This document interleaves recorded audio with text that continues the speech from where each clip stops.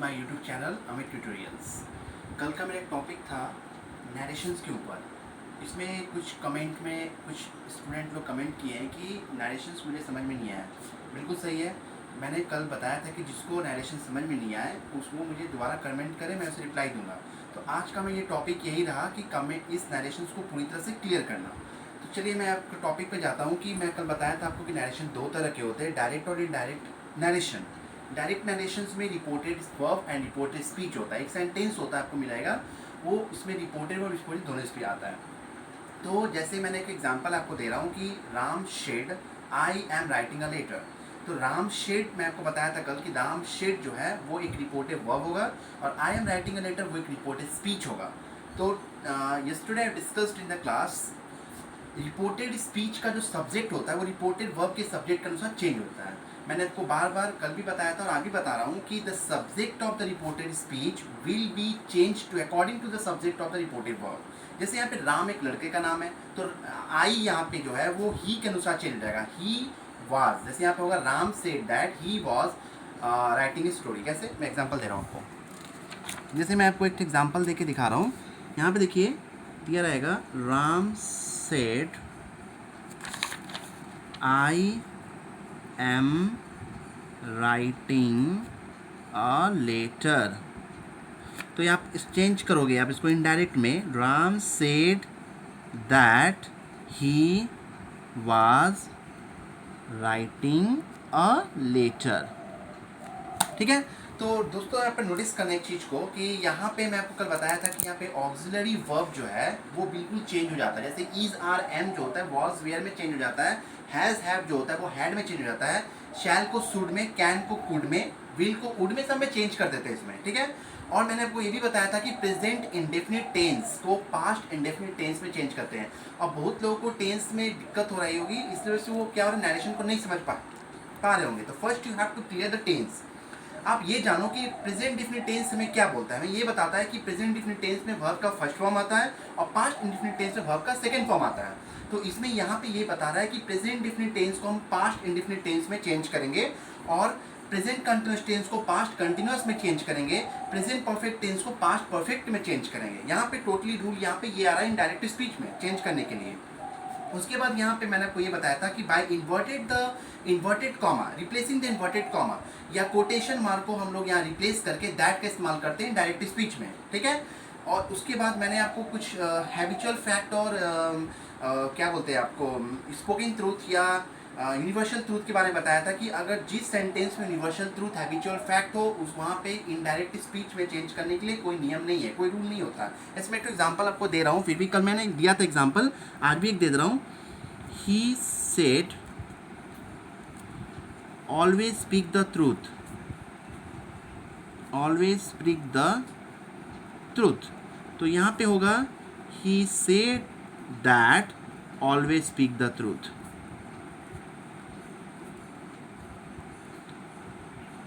ठीक है। He said that always speak the. यहाँ पे ये बताया जा रहा है कि यहाँ पे जो हैबिचुअल फैक्ट है वो कभी चेंज नहीं हो सकता है। ठीक है।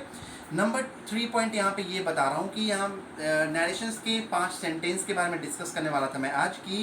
इसके 5 काइंड्स होते हैं, असर्टिव, इम्परेटिव और optative, interrogative and exclamative sentence. ये सेंटेंस के काइंड्स में आते हैं और नरेशंस में भी यहाँ पे इस काइंड्स का डिस्कशन किया जाता है। तो मैं आज आपको यही डिस्कस करने वाला हूँ कि असर्टिव सेंटेंस का रूल क्या होता है। It's very simple to understand the concept of assertive sentence. Assertive sentence का रूल यहाँ पे ये आता है कि हम लोग दिस इज अ स्टेटमेंट। दोस्तों ये एक असर्टिव सेंटेंस की स्टेटमेंट होता है। जैसे यहाँ पे दिया हुआ है ही सेड टू मी, उसने मुझसे कहा I am going to the market, I am going to the market. तो आप इसको चेंज करोगे, सेड टू को यहाँ पे हम लोग टोल्ड में चेंज करते हैं, दिमाग में रखना। He said told me that he was going to the market. यहाँ पे देखिए, यहाँ पे जो ही सेड टू मी बोला है वो अपना स्टेटमेंट दे रहा है कि मैं मार्केट जा रहा हूँ। तो जो वो अपने स्टेटमेंट दे रहा है वो स्टेटमेंट को ही असर्टिव सेंटेंस कहते हैं कि assertive sentence create a statement, एक स्टेटमेंट देता है। जैसे हम लोग कोई भी स्टेटमेंट देते हैं कि मैं ये काम कर रहा हूँ, वो ये काम कर रहा है, वो ये चीज़ बनाया, वो खाया, मतलब जो भी स्टेटमेंट हुआ वो यहाँ पे असर्टिव सेंटेंस को डिनोट करता है। असर्टिव सेंटेंस में बस एक ही रूल होता है, यहाँ पे सेड टू को हम टोल्ड में चेंज करते हैं और रिप्लेसिंग द इन्वर्टेड कॉमा में हटाकर हम लोग दैट का इस्तेमाल करते हैं। ये तो आपको पहले भी मैंने बताया था कि इन्वर्टेड कॉमा या कोटेशन मार्क को हटा के हम दैट का इस्तेमाल करेंगे। ये क्लियर हुआ आपका।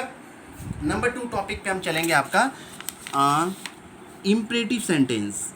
इम्पेरेटिव सेंटेंस, देखो सबसे इम्परेटिव सेंटेंस का बिल्कुल अलग रूल होता है। इम्परेटिव सेंटेंस में क्या क्या होता है, इम्प्रेशंस, मतलब आप जब किसी के लिए कोई इंप्रेशन, जैसे आप किसी को ऑर्डर करते हो, रिक्वेस्ट करते हो, वार्न करते हो, एडवाइस करते हो, ये सब एक शेड के हिसाब से इसको चेंज किया जाता है। जैसे कि टॉपिक जो आपको सेंटेंस दिया जाएगा उस हिसाब से इसको चेंज करते हैं। जैसे हम लोग किसी को बोले कि प्लीज़ ओपन द डोर, अगर आप प्लीज़ लगा दिए तो रिक्वेस्टेड लग जाएगा, क्योंकि please only use for requested, ठीक है। और अगर हम लोग बोलेंगे डायरेक्ट उसको कि ओपन द डोर, तो हम वहाँ पे ऑर्डर का इस्तेमाल करेंगे, सेट को हटा के पे ऑर्डर का इस्तेमाल करेंगे। और यहाँ पे इम्परेटिव सेंटेंस में दैट का इस्तेमाल कभी नहीं करते हैं, हमेशा टू का इस्तेमाल करते हैं। कैसे, आपको एग्जांपल देके मैं समझा रहा हूँ।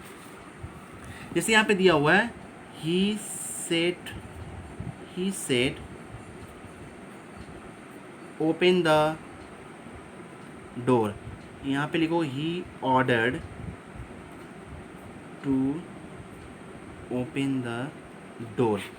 यहाँ पे इस तरह बहुत सारे सेंटेंस आ सकते हैं इम्परेटिव में, जैसे कि ऑर्डर से भी आता है, रिक्वेस्टेड से भी आता है। कि यहाँ पे वर्बली मैं आपको समझा रहा हूँ कि जैसे मैं एक एग्जांपल और एक दे रहा हूँ कि she said to me please give me 1 glass of water, तो आप इसको लिख सकते हो she requested me to give 1 glass of water. तो यहाँ पे मैं आपको पहले ही बता दूँ कि इम्परेटिव मोड ऑफ सेंटेंस में कभी दैट का इस्तेमाल नहीं करते, हमेशा टू का इस्तेमाल करते हैं। और यहाँ पे क्या है कि आप सेंटेंस के अनुसार आपको सेंटेंस पहले समझना पड़ेगा कि ये सेंटेंस हमें क्या बता रहा है, हमें ये ऑर्डर बता रहा है या रिक्वेस्ट बता रहा है, एडवाइस बता रहा है, ये हमें क्या बता रहा है। आप जैसे सेंटेंस को समझ जाएंगे तो आप वहाँ पे अकॉर्डिंग टू द सेंटेंस के हिसाब से आप यहाँ पे ऑर्डर, रिक्वेस्ट, एडवाइस, वार्न या फॉरबिड लगा सकते हैं। फॉरबिड का इस्तेमाल हम कोई भी चीज़ को नेग्लेक्ट करने में, मना करने में इस्तेमाल करते हैं। जैसे एक एग्जांपल दे रहा हूँ, he said to me do not plug the flower from the garden, he forbid me to plug the flower from the garden, ठीक है। तो मैं आपको ये चीज़ बता दिया हूँ, क्लियर कर दिया हूँ कि फॉरबिड का इस्तेमाल हम लोग कोई चीज़ को मना करने में करते हैं। आइदर आप इसको ऑर्डर भी लगा सकते हो और फॉरबिड भी लगा सकते हो। अगर आप ऑर्डर लगाओगे तो यहाँ पे नॉट का इस्तेमाल होगा, ऑर्डर प्लस नॉट, और अगर फॉरबिड लगाओगे तो यहाँ पे नॉट का इस्तेमाल नहीं होगा। जस्ट एकदम अच्छे समझिएगा। और मैं आपको ये चीज़ बता रहा हूँ कि नरेशन, जो आप नरेशन करोगे तो पहले आप नरेशंस को करने से पहले आप उसको टेंस को क्लियर करो। मैं आपको बार बार रिपीट कर रहा हूँ इस बात को, और अब इस वीडियो में भी आपको मैं रिपीटेडली इस चीज़ को बोलना चाहता हूँ कि आप पहले टेंस को क्लियर करो, क्योंकि आपको नरेशन नहीं समझ में आ रहा है। इसका रीज़न यही है टेंस, क्योंकि नरेशन में भी हम लोग टेंस को चेंज करते हैं। प्रेजेंट टेंस को हम पास्ट टेंस में चेंज करते हैं। अब किसी को पास्ट टेंस का रूल पता नहीं होता है तो वो चेंज नहीं कर पाता है। और इसमें क्या होता है, इसमें कोई वर्ब थर्ड बोल के नहीं होता, इसमें हम लोग किसी भी एक्शन वर्ब का इस्तेमाल हम लोग नहीं करते। मतलब हम लोग यहाँ पे एक्शन वर्ब को चेंज नहीं करते, यहाँ पे सिर्फ ऑक्सिलरी वर्ब को चेंज करते हैं। ऑक्सिलरी वर्ब क्या होता है, मॉडल ऑक्सिलरी वर्ब या principal auxiliary verb. Principal auxiliary verb में मैंने आपको कल लास्ट क्लास में बताया था कि is, are, am, was, were, has, have, had, ये सब जो होते हैं प्रिंसिपल ऑक्सिलरी वर्ब होता है। और मॉडल में आता है शैल, कैन, विल, मे, ये सब जो होता है वो मॉडल में आता है। तो ये सब चीज़ का इस्तेमाल चेंजेस जो होता है सिर्फ हम नरेशन में ही करते हैं। और एक्शन वर्ब जैसे होता है, जैसे हम I am eating, I am sleeping, I am writing, तो राइटिंग, स्लीपिंग, ये से ईटिंग, ये सब एक्शन वर्ब होता है जिसका चेंज हम लोग नरेशन में नहीं करते, वो वॉइस में करते हैं। ये आप दिमाग में रखना। आपको मैं कल बताया था वॉइस में कि वॉइस में हमेशा आप कोई भी बीइंग या बीइंग को लगा के वर्ब थर्ड में चेंज करोगे, वो एक्शन वर्ब होता है। लेकिन नरेशन में सिर्फ आप इज, आर, एम को वॉज, वेयर में, हैज, हैव को हैड में, और शैल को शुड में, कैन को कुड में, ये सब चीज़ को आप चेंज कर सकते हो, ठीक है। तो आपको हम यहाँ पे ये नरेशन का ये दूसरा टॉपिक क्लियर किए कि इम्परेटिव मोड सेंटेंस को आप से अकॉर्डिंग टू सेंटेंस आप समझ के वहाँ पे ऑर्डर, रिक्वेस्ट को बैठाओगे। उसके बाद थर्ड आता है आपका ऑप्टेटिव सेंटेंस। मैं आपको ऑप्टेटिव सेंटेंस के बारे में कुछ बता रहा हूँ।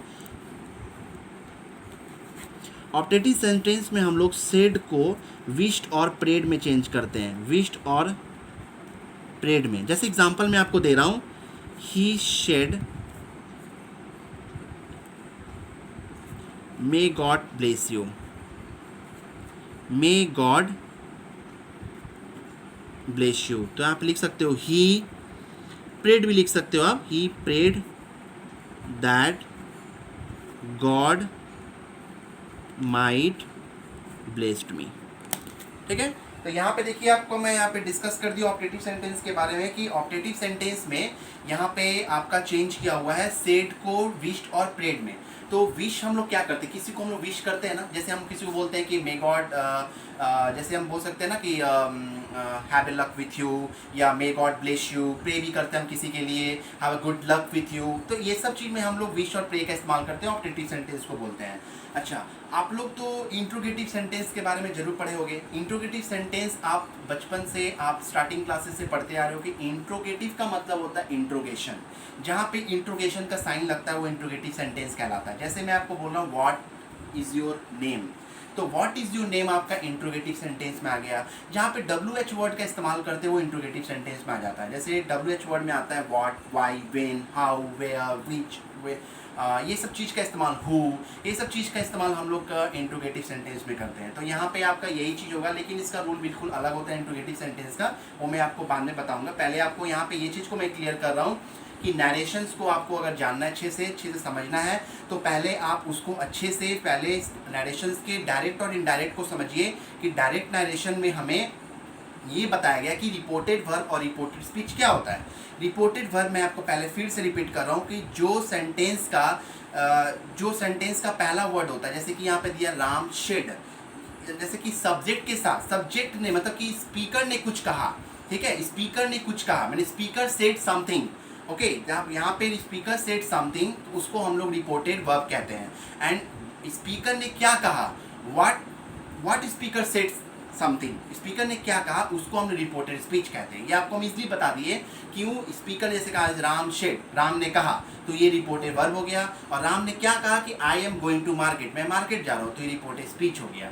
और रिपोर्टेड स्पीच को हमेशा हम इन्वर्टेड कॉमा या कोटेशन मार्क में रखते हैं हम लोग, ठीक है। जब उसको हम कोटेशन मार्क से बाहर निकालेंगे तो हम दैट लगा के इनडायरेक्ट में चेंज करेंगे। अगर आप दैट नहीं लगाओगे तो आपका इनडायरेक्ट स्पीच गलत हो जाएगा, ठीक है। इस चीज़ को नोट करना। और एक याद रखना कि आप जब भी सेड टू, अगर आप सेड टू रहेगा तो उसको टोल्ड में चेंज करोगे। और अगर आप हैबिचुअल फैक्ट या यूनिवर्सल ट्रूथ या स्पोकन टू, ये सब चीज़ का टाइप से सेंटेंस रहेगा तो आप इनडायरेक्ट में बिल्कुल चेंज नहीं करोगे उसको, आप कुछ सेंटेंस को चेंज नहीं करोगे, जैसा है वैसे ही रहने दोगे। एग्जाम्पल मैं फिर से आपको दे रहा हूँ, Mohan said the earth round the sun, ठीक है। तो क्या लिखोगे, Mohan said that earth round the sun, ठीक है। तो ये आपका क्यों हुआ, ऐसा चेंज क्यों नहीं हुआ, क्योंकि ये यूनिवर्सल ट्रूथ है और यूनिवर्सल ट्रूथ में कोई चेंज नहीं होता है। तो ये मेरा एक छोटा सा एक एक्सप्लेनेशन था आपके नरेशंस के ऊपर। पहले आपको इसको फर्स्ट क्लियर कीजिए कि इस नरेशंस में आपको क्या तक समझ में आ रहा है, कहाँ नहीं आ रहा है। जहाँ पे आपको नहीं आ रहा है आप इस वीडियोज़ को देखिए और अपने डाउट को क्लियर कीजिए। फिर मैं इस वीडियो को मैं फिर देखकर फिर मैं अपने कंसेप्ट को आपके सामने रखूंगा और आप बिल्कुल अच्छे से कंसेप्ट को क्लियर कीजिए, नरेशंस को। उसके बाद फिर मैं आपके जो डाउट है उस डाउट को क्लियर करने की कोशिश करूँगा। Thank you.